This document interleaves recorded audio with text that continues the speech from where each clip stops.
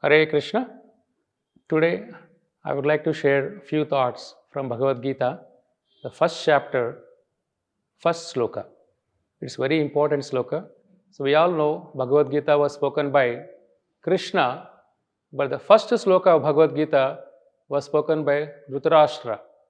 It's very interesting. So what is the sloka? So we can read. Dhritarashtra Uvacha Dharmakshetre Kurukshetre Samaveta Yuyutsavaha Mamakaha Pandavashaiva Kim Akurvata Sanjaya. The first sloka of Bhagavad Gita. Dhritarashtra was asking, "Oh my dear assistant Sanjaya, my children, Kauravas, and my brother children, Pandavas, they all assemble Dharmakshetre, Kurukshetre. They all assemble at the place called Kurukshetra. It is not an ordinary place. Kurukshetra is Dharmakshetra. Dharmakshetra means the great devotees, great saintly people, great rishis, they perform tapasya at the place. It's a very spiritually powerful place, Kurukshetra. So he was very much worried. Dharmakshetre Kurukshetra Samaveta Yusavaha Mamaka Pandavashaiva. So my children, Pandu children assembled there. So what they were doing? This is the first sloka of Bhagavad Gita. You see the anxiety of a greedy father. And he was very much concerned for greedy children.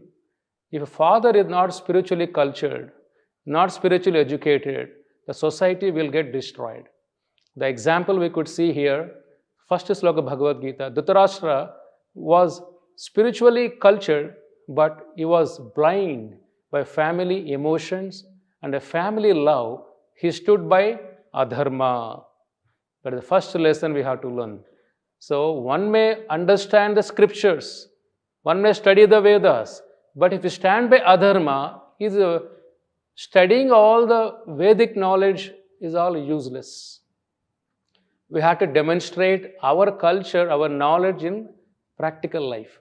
Dhritarashtra failed. You see, originally the kingdom was owned by Pandu Maharaj. So Dhritarashtra, being a blind man, he was not allowed to be an emperor. Imagine a king, if he is handicapped, if a king is a blind person, how we can protect his citizens? King means who can die for the citizens, who can fight at the front row, not just only giving advices. So Dhritarashtra was not qualified as per the code of Kshatriya rules being a king. So Pandu, his younger brother, was named as a king. That was the history here.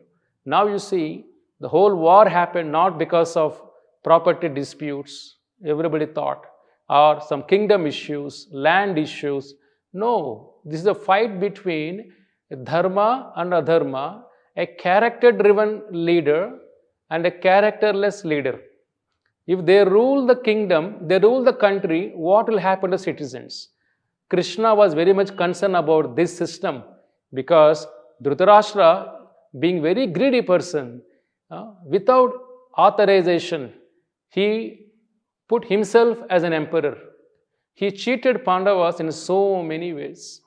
You see, Dhritarashtra had so many opportunities, but he could not chastise Duryodhana. Because Duryodhana, from very young age, he was very envious of Pandavas. He was a second high pampered kid, royal opulence.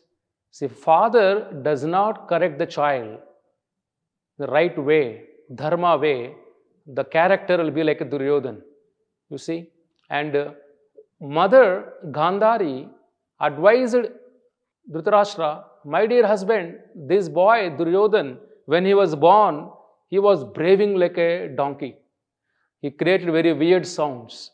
So when he did Jataka Chakra and everything, no, this boy will bring destruction to humanity. So a lot of people advise, so great saintly people advise that this person will bring destruction, you please send him away to the forest area. But Dhritarashtra was blind by fatherly love. See, you can have father love affection, but if the kid is going to destroy the planet, So larger purpose is important. We should not be too much selfish for a child and lose the whole citizens on the planet. That is called selfish motives. Here, Dhritarashtra was completely blown away by fatherly love affection. He knew he was doing wrong, but he could not help it. And another important reason that even his younger brother Vidura advised Dhritarashtra, my dear brother, this boy Duryodhan, he doesn't have any good qualities. He is always over greedy. He is always running after things which he didn't even able to get it. So this boy will bring destruction to whole Kuru dynasty. Please be kind. He didn't listen to him also. You see, then Vyasadeva, the author of all the Vedanta Sutras, Bhagavad-Gita, Mahabharata, Ved Upanishad, author Vyasadeva, he advised also Dhritarashtra, this is not good, this boy will bring destruction. Dhritarashtra did not listen. Sometimes you see, sort of people advise us in a good way, but we have so much emotional weakness, we are not able to take their good advices. The character we can see in the current world, modern world, many places, many homes like Dhritarashtra mentality. Sometimes a powerful man, sometimes a politician, sometimes a businessman. Even the son was not qualified enough. He was not qualified. Still, they wanted to push him as a leader. That is not good. When leader means should have the qualifications. Not everybody can become a leader. So here, leader means a character, not just abilities. Character is the most important thing. Duryodhana did not have a character. Otherwise, how he instructed his brothers to bring Draupadi when she was in a monthly periods and bring her to the public assembly when she was not properly dressed. So look at the culture. And he instructed that he enjoyed that. So women should be respected in any condition, but Dhritarashtra and Duryodhana, Dhritarashtra could not instruct his son Duryodhana, my dear son, you are doing wrong thing. You should not do this. He didn't have the courage to instruct his son Duryodhana. Father should be like a guru, should be able to correct the child when he's doing wrong things, should be able to appreciate the child when he's doing good thing. Not that he should be blind enough. Do not have a courage to correct your own child. So Duryodhana, when he was doing such a kind of activities, not only that, when he was a small kid, he tried to kill Pandavas. He poisoned the Bhima. He poisoned Bhima. He wanted to kill Bhima. Then later stages also, he wanted to kill all the Pandavas, to burn their house. Still, Dhritarashtra did not oppose. This was a cruel mind of a greedy father. So when family culture is not by spiritual wisdom and knowledge, only built on materialism, only success, wealth, power, name, that family resembles the Dhritarashtra family. Other side you see Kunti. Mother Kunti, she lost her husband Pandu at very young age. Kunti was not that old. She was maybe very mid-20s or 30s when she lost her husband. But she remained in the forest. She exposed her children, Pandavas, to the saintly people. So every day, Pandavas, they could hear from the great rishis, great sadhus, saintly people. They grown up in a very humble environment in the forest, not much royal opulence, even though her father was an emperor. You see, they led a very simple lifestyle, living in a jungle, forest area. And the culture, the character was top class. Kunti never compromised, bringing up her children with a godly character. She exposed her children to the problems and anxieties, simplicity, and also the great saintly people, how to respect people, how to receive knowledge. So they were nurtured with godly knowledge. That's why Krishna stood by Pandavas, not because they related to the family, because they stood by dharma. God, what he does, dharmo rakshita rakshitaha. He stands by dharma, not by the people, not by the kula, not by the caste, not by the family lineage. No, he stands by dharma. Krishna stood by the Pandavas. That was the greatest concern for Dhritarashtra.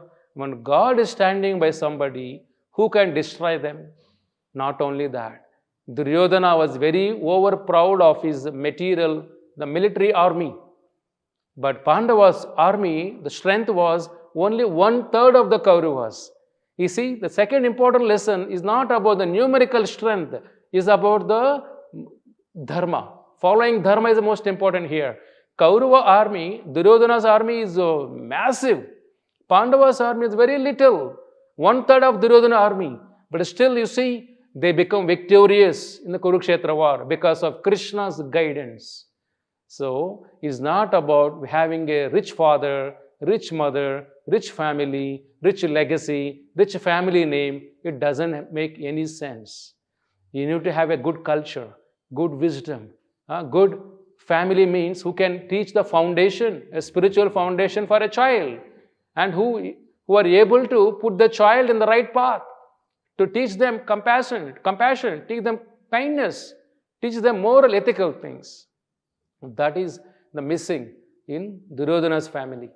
So he completely carried by his ego and arrogance and pride. You see, even not only Vidura, in fact, the great sage Maitreya, even great sage Maitreya advised Dhritarashtra, your son is not doing proper. He is not a right character person. So he directly instructed Duryodhana. But Duryodhana was so proud. Duryodhana showed aggressively his thighs to great sage Maitreya. Don't instruct me all these things. I know more than you. This is arrogance. There is no humility. Other side, Pandavas, when they meet any saintly people, they bow down, they do namaskar, they do pada puja, they worship. Oh, my dear sir, please instruct me some good moral, spiritual values. See the Pandavas' culture. Here this man was so arrogant, Duryodhana. Then Maitreya, seeing his arrogance, oh, you are so proud of your strength and your thighs will be broken into pieces in the war field. You see, when you show arrogance to the saintly people, they have so much tapasya power, they want to put you in the right spot. It's very important. Arrogance does not attract anybody. That is Duryodhana's quality. But you see, association, they had bad association. Karna was fanning Duryodhana's ego. Shakuni was fanning Duryodhana's ego. And so many other people fanning his ego. Nobody was able to tell him, you are doing wrong thing. That's why scripture says that Satsangatve nissangatvam, nissangatve nirmohatvam, nirmohatve nishalatattvam, nishalatatve jivan muktihi. Satsangatve, your association, your character is known by your company. Who do you associate with? Your character is known by your association. Satsangatve, if you associate with saintly people, then you develop saintly character. Nissangatve, you will be free from those greediness, arrogance and pride and jealous, envious. These qualities will go away from your heart. Nissangatve. When these qualities go away from your heart, nissangatve nirmohatvam, you will be free from illusion. What is illusion? Oh, I am the great person in this world. I am great. I am this. That is called ego. So, who are you? You are so insignificant in this world. We cannot control many things in the world. We cannot control our own body urges. Nature call. Can you control nature call? Can you control your hunger? Can you control your sleep? Can you control desire? What you can control? You cannot control anything, even including your own body. So let us be humble. Look at the Pandavas, other side. Even Krishna was walking with them. Krishna was playing with them. Krishna was eating with them. But they were never had any arrogance. When you know somebody, more powerful people with you, people become so arrogant. Oh, you know who am I? My background? This person is behind me. They're so arrogant. But Krishna, Pandavas were not like that. Pandavas, even though Krishna was with them, God was with them, they're very humble. They never complained to Krishna. Krishna, what are these problems? Why you have to go through these problems? They humbly accepted the reality of this world. That is called character building. That is called family culture, tradition. The family means the give that spiritual knowledge, spiritual culture and wisdom to the children, prepare them to handle the real world. Not that you pamper them for a very young age. No, today the parents, what they think, I want to give the best life to my child, best gadgets in the world, best comfortable living, best schooling. But how about the best knowledge, best character? Parents are busy with these things. So let us learn from this Bhagavad-Gita, first chapter itself, that a father, if he is greedy and if he is not spiritually blind, Dhritarashtra was not just materially blind, he was spiritually blind. When somebody is spiritually blind, he cannot guide family, he cannot guide wife, he cannot guide children, he cannot be a good father at all. And a child, other side, he is not able to question the father. When father is doing wrong thing, he cannot be a good obedient child too. So it's a problem with both father, mother and the child, the triangle story. So the Pandavas, they didn't have father, only single mother. Imagine a single mother. We all know single mother or widow has so many issues in community. It's not easy to raise one child. Imagine Kunti raised 5 children in the jungle because of her divine character. That's why Kunti says, my dear Krishna, you give me problems again and again. I am not asking you, solve my problems. Vipadaha shantuha shashva tatra tatro jagadguru bhavato darshanam yasya punarbhava darshanam. Look at Kunti character here. Kunti was praying to Krishna. Oh Krishna, give me those problems again and again. When the problems attack me, that force me to think of you. That force me to remember God. That is you. When I remember you, I'll be free from all the problems. I will surely attain Vaikuntha. My dear Krishna, please give me only problems. You see, don't imitate Kunti. Tomorrow when I go to Krishna at any temple, oh my Lord Krishna, give me all the problems. We're not that matured enough, that capacity to handle these many problems. Kunti was spiritually highly elevated. She trained her children. Beta, don't ask God solutions. Ask God to give you the strength to handle your problems. That's what Kunti trained. Look at, you see here, how Duryodhana, Dhritarashtra trained the family members. And Duryodhana was trained. Oh Krishna, I don't want you. I want your soldiers, Krishna. That is a culture. We want energies from God. We don't want God. Like a child, want all the properties from father. Father, give me that building, give me that land, which you worked so hard, give me everything, but I don't want you, Father. This is Duryodhana's character. He wants everything from Krishna, but not Krishna. Pandavas, they didn't want anything from Krishna, but Krishna. So, when you go to temple, you should learn what to ask from God. God, I want you. Nothing I want from you, I want you. When God is with you, what kind of a life you can lead? You can be more courageous, you will be most fearless, you will be able to lead a most happiest life. Happiness is not how much bank balance you have, how much luxury car you drive, or how much rich, wealthy people you are surrounded by. This is not the happiness. Happiness is internal journey, it's not external journey. Everybody chasing after pleasure, they don't know where to get the happiness. So it is all inside you, but we don't know how to access it. So Bhagavad-Gita has a key. How to access your internal happiness. You are a billionaire, but you're begging on the streets. Imagine the unfortunate thing. You have so much you can access inside you, but we don't know how to access it. We are searching outside world. This is Duryodhana's mentality. The good parenting means should be able to give this culture and the knowledge from very young age, should be able to correct the child when they do something wrong. No pampering, zero pampering when they were too young. You expose them the problems. What is the world? What does the hunger look like?